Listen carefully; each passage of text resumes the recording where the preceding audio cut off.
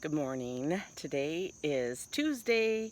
It's August 10th, and I've just finished my walk in worship, and I feel like it finished me.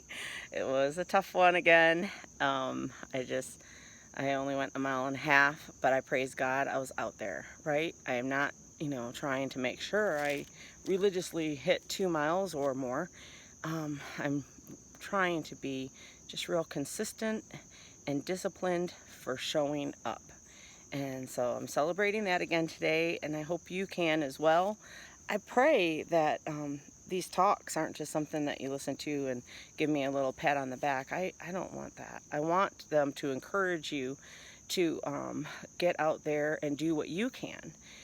Commit to yourself for your health and your wholeness. And I pray that if there's any wisdom coming out of these talks, that they would speak to your heart and point you to Jesus, that you would seek His Word. I realized today I may have said some scriptures, but I'm not pointing to them. So let me, moving forward, make sure I'm pointing to the scriptures. And so with that said, today I walked with Song of Ascents, day 7, and it was Psalm 124. And so I'm going to read that to you from the ESV version. And actually, I have no idea. What is my version? I think it's the ESV. Let me see. Might be New Living Translation. That's sad, isn't it? Let's see. We buy these things, and then we forget. Let's see. I know on this one is Women's Study Bible, 2nd edition, New King James Version. Not even close to being right. So, okay, there's a B, and I don't like them. Sorry. All right, New King James Version. Psalm 124, the Lord, the defense of His people, a song of ascents of David. So, from what I gathered from listening to this today, they were going and traveling to Jerusalem. They were traveling up. That's what Song of Ascents means, traveling up. And they were going to a festival. They were going to celebrate. So they're singing these psalms, and they're remembering. And that was a big part of it. It said, if it had not been the Lord who was on our side, let Israel now say, if it had not been the Lord who was on our side, when men rose up against us, then they would have swallowed us alive. When their wrath was kindled against us, then the waters would have overwhelmed us. The stream would have gone over our soul. Then the swollen waters would have gone over our soul. Blessed be the Lord, who has not given us as prey to their teeth. Our soul has escaped as a bird from the snare of the fowlers. The snare is broken, and we have escaped. Our help is in the name of the Lord, who made heaven and earth. Wow. So there are some powerful words in there that they are remembering, that basically their help came from the Lord.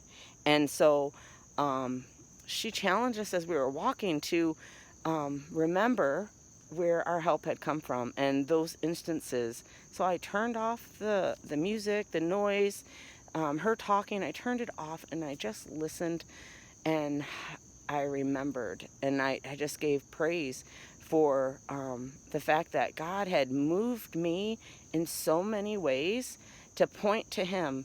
He had saved me in so many ways that I can give Him the glory today. He had put people in my life to point me to Jesus. I was not always saved, right? None of us were. And so somebody came into my life and pointed me to Jesus. And then another somebody planted some more seeds, and they watered them and watered them. And, the enemy is there pulling at all of that the Lord is giving to us. The enemy's trying to take it away.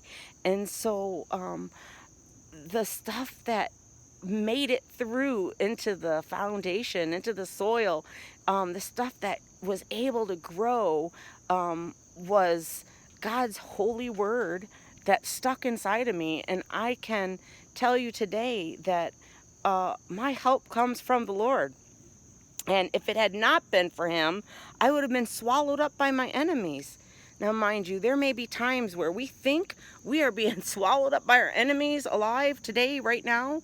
And we just have to remember our help comes from the Lord. And we need to say it until we believe it, because of the fact that it's true. And we can find the scriptures to remind us. And then we can go back in our own mind, in our own memories, and remember where He has delivered us. So I encourage you today, just take 5 minutes. Sit down with His Word, read this Word, all right? And then go back in your memory and remind yourself of where God has saved you, where He has helped you, and write them down so you don't forget again, right? Put it in front of you so that you remember, and give Him the praise, give Him the glory that He deserves.